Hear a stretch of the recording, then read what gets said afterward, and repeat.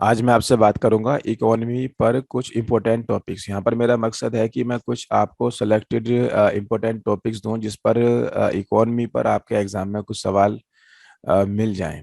और ये हमने अपनी टेस्ट सीरीज से रखे हैं। तो सामाजिक बहिष्कार एक माप है जो आने वाले वर्षों में कुछ समुदायों या व्यक्तियों के गरीब होने या बने रहने की अधिक संभावना का वर्णन करता है। हिंदी और इंग्लिश दोनों में है। Social exclusion is a measure which describes the greater probability of certain communities of becoming or remaining poor in coming years।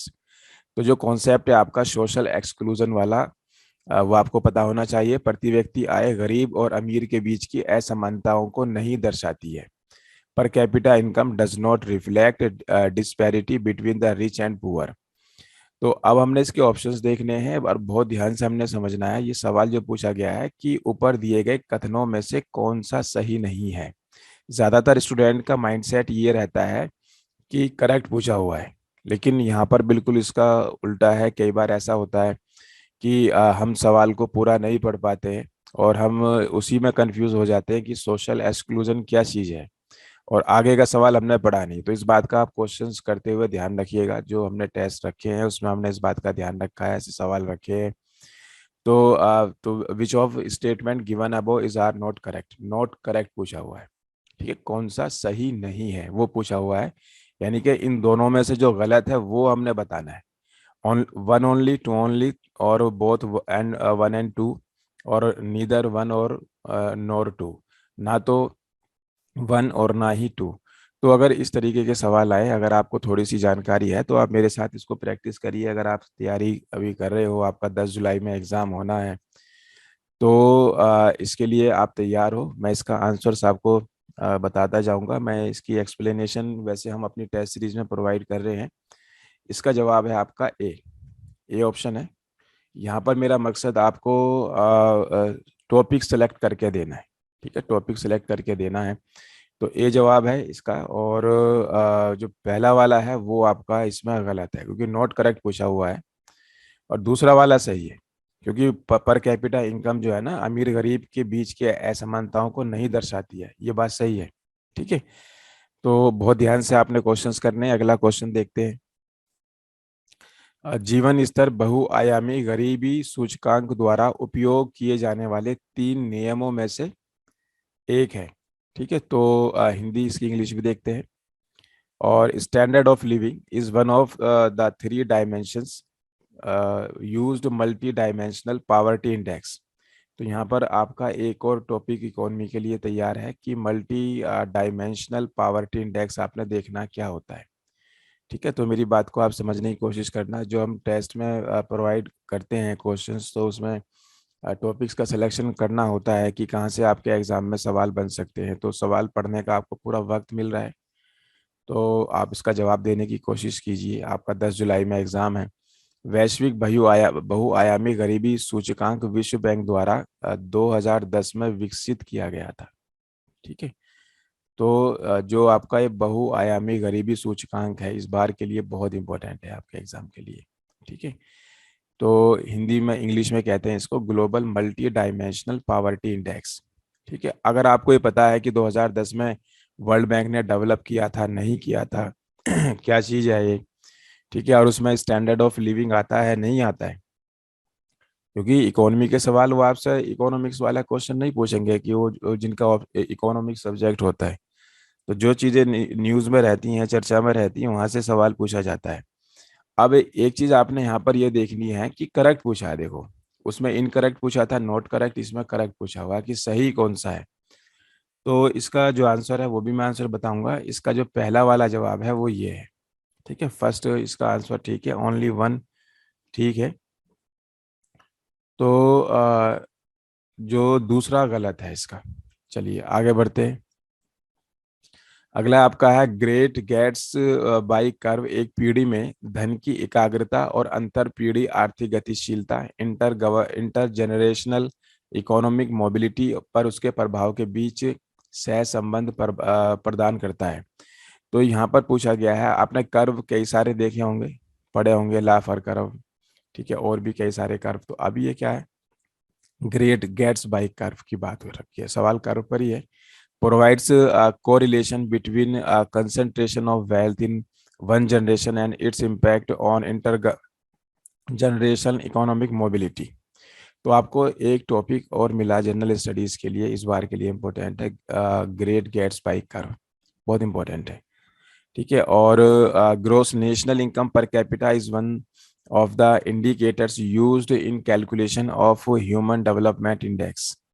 ठीक है, तो ह्यूमन डेवलपमेंट इंडेक्स आप पहले से भी जान रहे हो, और लेकिन यहाँ पर gross national income per capita income को एक इंडिकेटर बताया गया है। अब सवाल पूछा हुआ है इसमें कि कौन सा कथन सही है। इसको आप बहुत ध्यान से देखना, बल्कि जैसे मैं सर्किल करता हूँ आप भी पेपर में सर्किल करो, जिससे कि आपको ये आदत पड़ जाए कि कहीं ऐसा ना हो कि सही और कौन सा सही नहीं है उसमें भी आप गलती कर दो। कई बार जल्दबाजी में लगता है अरे सवाल तो हमसे आ गया, जवाब तो हमें आ रहा है, तो हम जल्दबाजी कर देते हैं। काफ़ी वक्त मिला मेरी बातों के बीच में आपको इस सवाल का आंसर ढूंढने में, तो आप बताइए इसका जवाब। आप 10 जुलाई में एग्ज़ाम देने जा रहे हैं, अगर आपके एग्ज़ाम में ऐसा सवाल आया है, आ जाए, तो क्या आप तैयार हैं? ठीक है, तो ये सब हमने अपने टेस्टों के ज़रिए हम प्रोवाइड कर रहे हैं, जो हमारे स्टूडेंट जिन्होंने हमारी टेस्ट सीरीज़ ली हुई है। ठीक है, तो चलिए आगे मैं इसका जवाब आपको बताता हूँ। तो इसका जो जवाब है वो केवल वन है आपका। ठीक है, पहला वाला ऑप्शन है, करेक्ट करेक्ट पूछे गए हैं। और टेस्ट सीरीज में हम इनकी एक्सप्लेनेशन भी देते हैं, और अपने जो हमारे स्टूडेंट्स हैं पुराने, तो जो चेक कर रहे हैं अभी, तो उनके एक्सप्लेनेशन को वो बार बार क्वेश्चन, देखो क्वेश्चंस प्रैक्टिस बहुत ज़रूरी है, तो मैं काफ़ी क्वेश्चंस प्रैक्टिस करने के लिए देता हूँ कि होता क्या है कि जब प्रीलिम्स किया हमारा बहुत ही ऑब्जेक्टिव टाइप क्वेश्चंस होते हैं उसके अंदर, और कई बार जब हम रिवीजन कर रहे होते हैं तो बहुत सारे टॉपिक्स हमारे जहन से निकल जाते हैं रिवीजन करते हुए। तो क्लासेस के साथ साथ मेरी कोशिश ये रहती है कि मैं उनको क्वेश्चन के सेट पहले से दूं, जिनको जिससे कि वो उन क्वेश्चंस को प्रैक्टिस करें, उन्हें देखें। ठीक है, और जो कोई नए टर्म आ रहे हैं, नई टर्मिनोलॉजी आ रही है, तो क्योंकि क्लास 1-2 घंटे की होती है, तो मैं एक साथ काफ़ी सारे टॉपिक्स उन्हें देता हूँ और उनको वो देखते भी हैं, जिससे उनको उनका पता चल जाता है। ठीक है, कोई डाउट रहते हैं तो वो मैं डिस्कस कर देता हूँ। ठीक है, और बाकी एक्सप्लेनेशन तो हम प्रोवाइड करा ही रहे हैं। अगला है देश, इसे भी पढ़ने का आपको काफ़ी वक्त मिल गया, मैं काफ़ी बातें कर रहा हूँ, तो बातें करते करते आपके सामने सवाल भी आ गया है और आपने पढ़ भी लिया है, तो आपका काम है कि इसका जवाब करना। ठीक है, तो इसमें जो है आपका देश के जीवीए, अब ये जीवीए क्या होता है आपको पता होना चाहिए, सकल वैल्यू वर्धित में कृषि, क्योंकि जीडीपी की जगह जीवीए का इस्तेमाल हो रहा है, ये आपको पता होगा वैसे। तो कृषि और संबंध क्षेत्रों की हिस्सेदारी 2014-15 के स्तर से घट गई है। ठीक है, तो उसके बाद है आपका 2020-21 में चीन के बाद फिनिश्ड स्टील, तैयार स्टील का का सबसे बड़ा उपभोक्ता भारत है। दो स्टेटमेंट है यहाँ, देखो फिर से यहाँ पूछा है कौन सा सही नहीं है। ठीक है ना, कौन सा सही नहीं है ये पूछा गया है। तो केवल वन, केवल टू, और दोनों, एक और दो, ना तो एक और ना दो आपका।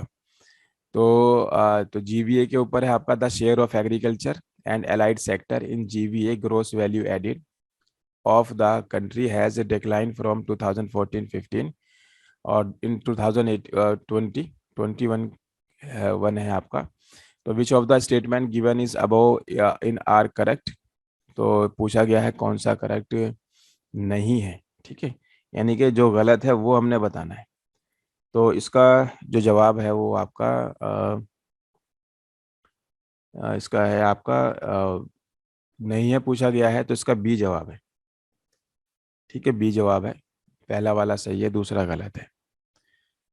अगला क्वेश्चन देखते हैं। सेवा क्षेत्र के अंतर्गत निर्यात का 15% हिस्सा है और सेवा क्षेत्र के अंतर्गत जीवीए का 75% हिस्सा है।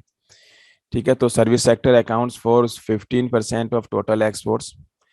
क्वेश्चंस की प्रैक्टिस बहुत जरूरी है, बात समझ रहे हो नहीं? पढ़ने के साथ साथ जो आपने पढ़ा है, बुक रीडिंग्स की हैं, क्लासेस अटेंड किए हैं, ठीक है, उसके बाद अगर क्वेश्चन, और लास्ट टाइम पर जो अब वक्त चल रहा है, 1 महीना बचा है आपके पास, ठीक है, तो क्वेश्चंस की प्रैक्टिस ऐसे ज़रूरी है जैसे क्रिकेट के खिलाड़ी को या टेनिस के खिलाड़ी को, बैडमिंटन के खिलाड़ी को, स्विमिंग पूल के जो है तैराक को अपने खेल के लिए प्रैक्टिस ज़रूरी होती है। ठीक है, तो इसमें आप हमारी टेस्ट सीरीज आपकी मदद कर सकती है, ये सब आपकी मदद के लिए हैं। ठीक है ना, तो आप इसको ये ना समझें कि मैं अपनी टेस्ट सीरीज को सेल करने के लिए ये बातें मैं कर रहा हूँ।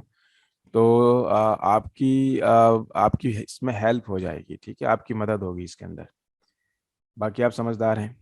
ठीक है, तो चलिए, तो इसमें जिसका जवाब देख लेते हैं। आपको भी काफ़ी वक्त मिल गया है इनका देखने के लिए, और इसमें पूछा गया क्या है, सही क्या है।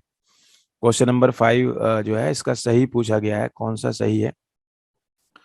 तो जो पहला वाला है वो गलत है, 15% नहीं है, 38 40 के आसपास है आपका, ये गलत है। तो सही कौन सा है आपका, इसका बी जो है, एक सेकंड, दूसरा दूसरा भी गलत है, इसका 75% नहीं है, 55% है। देखो ऐसा सवाल भी आता है, आप समझ रहे हो, सिर्फ फॉर्मेटिंग में क्योंकि लास्ट ईयर जो SCS का एग्जाम आया है, आपने देखा होगा, वो सवाल को थोड़ा सा उन्होंने बनाया है इस तरीके से।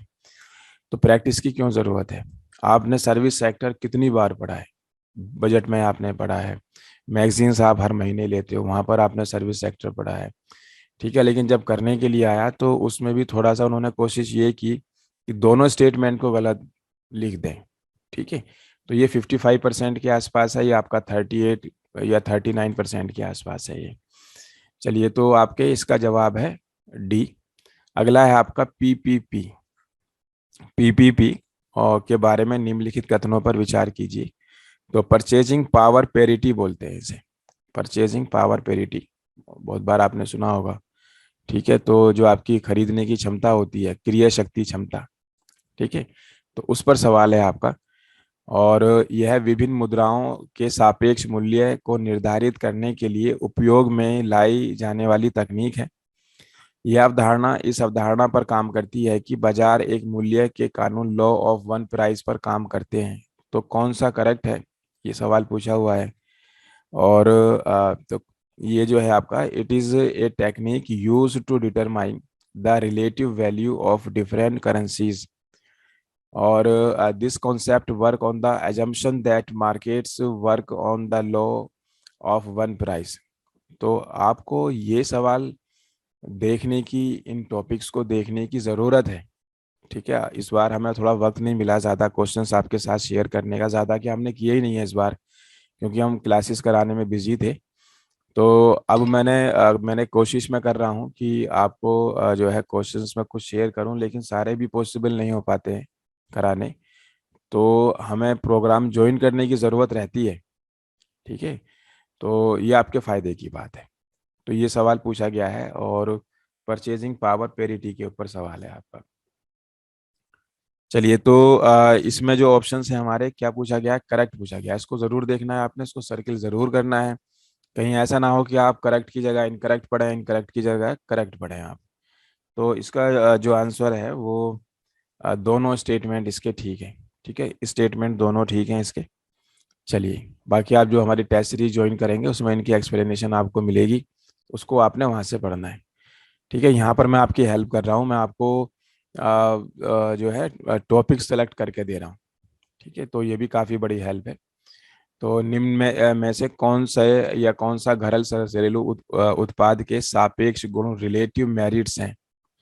तो यह केंद्रीय बैंकों और नीति निर्माताओं को यह मूल्यांकन करने में सक्षम बनाता है कि अर्थव्यवस्था मंदी या मुद्रास्फीति में है। डिसगाइज्ड परछन बेरोजगारी वह स्थिति है जहां लोग स्पष्ट रूप से काम कर रहे हैं, लेकिन उन्हें काम से हटा देने पर कार्य दक्षता प्रभावित नहीं होती है। ठीक है, तो ये है, इंग्लिश में भी पढ़ देता हूं मैं। क्वेश्चन नंबर 7 है आपका। ठीक है, तो इंग्लिश में देखते हैं, which among the following relative math merits of GDP GDP. ठीक है, बहुत इंपॉर्टेंट क्वेश्चंस हैं, बहुत इंपॉर्टेंट टॉपिक्स हैं। ठीक है, ये सब जो है, ये क्रैश कोर्स जो हमारा चला हुआ है, उसमें भी मैं ये सब कवर कर रहा हूँ, सिर्फ इकोनॉमी के नहीं, जो अदर साइंस के भी हैं, हिस्ट्री, पॉलिटी, ज्योग्राफी, हरियाणा। ठीक है, उन सब में ये चीज़ें कवर की जा रही हैं, और टेस्टों के जरिए भी मैं प्रोवाइड करा रहा हूँ। ठीक है, कि जो पिछली बार बच्चे परेशान हो गए थे, वो परेशान ना हो, बल्कि टेस्ट में हमने पिछले 1.5 साल का हरियाणा का करंट अफेयर्स भी बच्चों के साथ शेयर किया है। ठीक है, क्योंकि इस पिछली बार हरियाणा तो आया ही नहीं था। तो चलिए, आपको काफ़ी वक्त मिल गया मेरी बातों के बीच में इसको देखने का, आप अपने काम पर फोकस रखिए। बिजली ना अर्जुन की आंख जो है वो अपने निशाने पर, तो नॉट करेक्ट पूछा हुआ है। ठीक है, नॉट करेक्ट पूछा हुआ है। और कि कौन सा सही नहीं है, इन दोनों में से हमने ये देखना है कि गलत कौन सा है। ठीक है नहीं, तो only one, only two, both one and two, और आपका नीदर वन नॉर टू। तो कौन सा कथन सही नहीं है, ये ऑप्शन है। तो इसके जो है आंसर्स मैं बताता हूँ। आपने भी कर ली होगी कोशिश, क्योंकि आप बड़ी मेहनत कर रहे हैं। 10 जुलाई में आपका एग्जाम है। ठीक है, तो हमेशा अपनी प्रिपरेशन को चेक करते रहो जब तक लड़ रहे हो आप। तो खतरे को भांपते रहो। ठीक है, कि क्या चीज़ छूट गई है, कुछ रह तो नहीं गया है, कुछ और तो हमने नहीं करना था। और ये बात आपको पता है सबको कि कुष्मांडा एकेडमी ने बहुत रिजल्ट कराया है। एक हम ही हैं पूरे हरियाणा के अंदर जो बहुत सारे फोटोज, वीडियोस और रिजल्ट की बात हम करते हैं। ठीक है, तो यकीन किया जा सकता है, मेरे ख्याल से काफ़ी है ये सब यकीन करने के लिए। तो इसका भी जवाब आपका डी है। देखिए, आप अपने आंसर मैच करो कि क्या आपके आंसर्स मैच हो रहे हैं हमारे आंसर से। और डिटेल टेस्ट में मिलेगी आपको। चलिए आगे देखते हैं। मैक्रो इकोनॉमिक्स 4 क्षेत्रों के संयोजन के रूप में एक अर्थव्यवस्था को देखता है, और नीचे दिए गए कूट से सही क्षेत्रकों का चयन करिए आप। तो macro economics sees an economy as an combination of 4 sectors, select the correct sector from the code given below. तो 4 ऑप्शन है इसमें, क्वेश्चन नंबर 8 पर हूँ मैं अभी। चलिए, तो इसमें है लैंड, लेबर, कैपिटल, और एंटरप्रेन्योर, और house hold, firms, government, external sector, consumer, entrepreneur, firms, government, consumer, firms, government, और एक्सटर्नल सेक्टर। ये सब सिलेक्टेड टॉपिक्स हैं, क्योंकि टाइम इतना कम बचा है कि उसके लिए आप कोई बहुत ज़्यादा बड़ी किताब पढ़ने नहीं बैठ सकते हो। हमने 100 क्वेश्चंस को टारगेट करना है। जिसको वो 100 सवाल आ गए, वो पार निकल गया। ठीक है नहीं, पार निकल गया। वो पिछली बार का जो पेपर था, हमारे कई स्टूडेंट ऐसे थे जिन्होंने 90% के आसपास स्कोर किया हुआ था। ठीक है, 88, 89, 86, 90 वाले भी थे। तो वो सब उनकी मेहनत है, उनकी प्रिपरेशन है। ठीक है, और अपनी मेहनत से उन्होंने सब कुछ किया है। और जबकि लोग कट ऑफ की बात कर रहे थे, 50% कट ऑफ, बड़े बड़े कोचिंग सेंटर जो कहते हैं जो 50%, ठीक है, कट ऑफ जाएगा। तो मुझे ये समझ में नहीं आ रहा था कि वो बच्चों को खुश करने के लिए बात कर रहे थे, या उन्होंने मेंस की टेस्ट सीरीज ज्वाइन करानी थी। और तब भी हमने ये कहा था कि 70% के आसपास कट ऑफ जाएगा। हम कैसे कह दें कि 50% जाएगा? ठीक है ना। और 70 के आसपास ही गया, आपने देखा होगा, आप मेरी वीडियो देख सकते हो। सिर्फ मैं अकेला था हरियाणा में हमारी अकेडमी में जिसने 70% की बात रखी थी।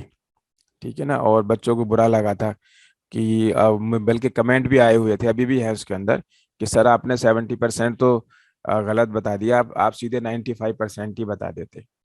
तो आपको वक्त मिल गया सवाल का आंसर करने में, आपने अपने काम पे फोकस रखना है कि आपने इस सवाल का जवाब देना है। तो क्या जवाब है बताइए? इसका जो जवाब है आपका वो बी है। ठीक है, बी जवाब है।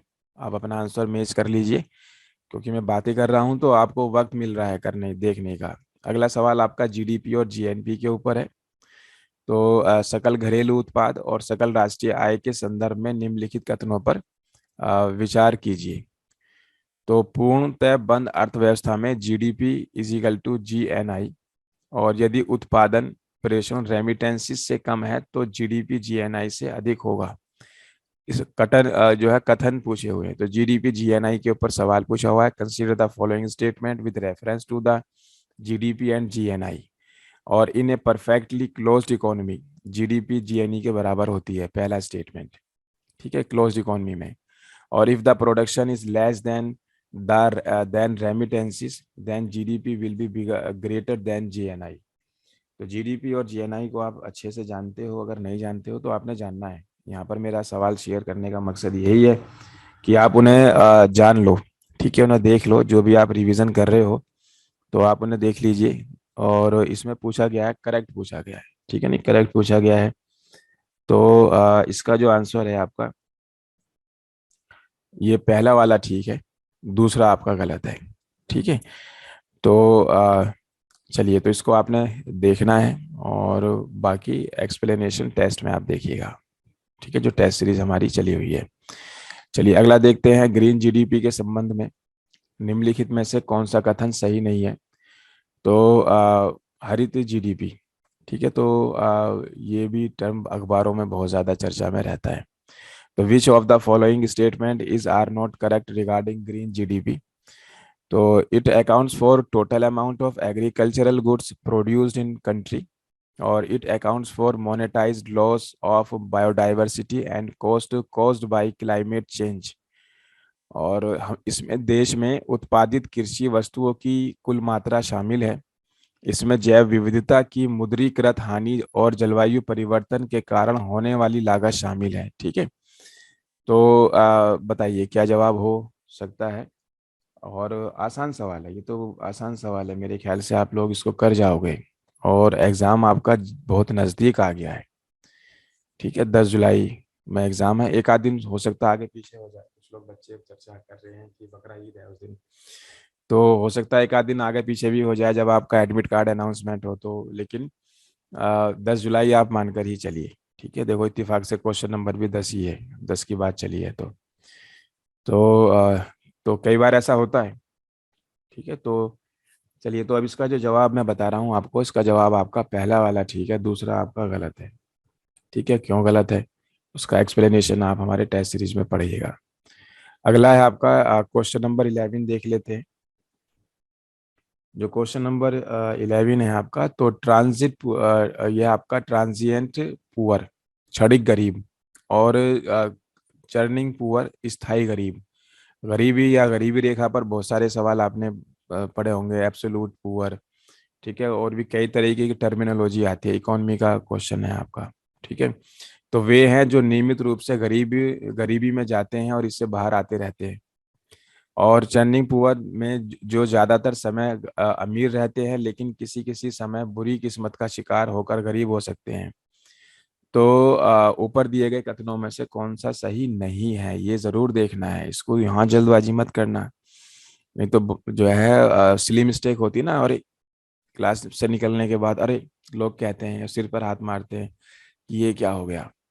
ठीक है, तो इसलिए ये जरूर देखना है यहाँ से, क्योंकि ऐसे सवाल फिर आने वाले हैं, पिछली बार आए तो इस बार भी आएंगे। ठीक है ना, और आपने उन सवालों के लिए तैयार रहना है। तो चलिए, तो हमने पूरी इस बार बहुत कोशिश की है ऐसे सवाल को बना के रखने की, ठीक है, देने की। तो इसमें transient poor are those who regularly move in and out of poverty, और churning poor who are rich most of the time but may sometime have patch of bad luck. Which of the statement given above is not correct? ठीक है, तो उनकी definition दी गई है। ठीक है, तो इसमें हमने देखना कि कौन सा गलत नहीं है। ठीक है, तो गलत नहीं है तो क्या मतलब है, सही देखना है आपने। तो इसका जवाब है आपका ये सी जवाब है, दोनों के दोनों ठीक है। चलिए, तो इन सवालों को आप अभी करो, और बाकी जो है जो क्वेश्चंस हैं उनकी बात मैं आगे करूँगा। ठीक है, तो अभी मैं यहीं रुकता हूँ, और आगे भी बात होगी। और बाकी जो हमारी टेस्ट सीरीज है ना, मेरी आपसे रिक्वेस्ट है, आप इसको ये ना माने कि मैं अपनी टेस्ट सीरीज सेल करने के लिए आपको कह रहा हूँ, मैं आपके सिलेक्शन में आपकी मदद करने के लिए कह रहा हूँ। जब जो भी आप इस वक्त रिवाइज कर रहे हो, तो जैसे मान लो अगर आप मनाली घूमने जाते हो तो अपना सामान पैक करते हो। ठीक है ना, कि अच्छा ये रख लिया, ये रख लिया, ये भी रख लिया, ये सामान कोई छूट तो नहीं गया, कोलगेट रख लिया, ब्रश रख लिया, और भी कोई चीजें होती हैं ऐसी जो आपकी पर्सनल होती हैं, आप बैग में पैक कर रहे होते हो।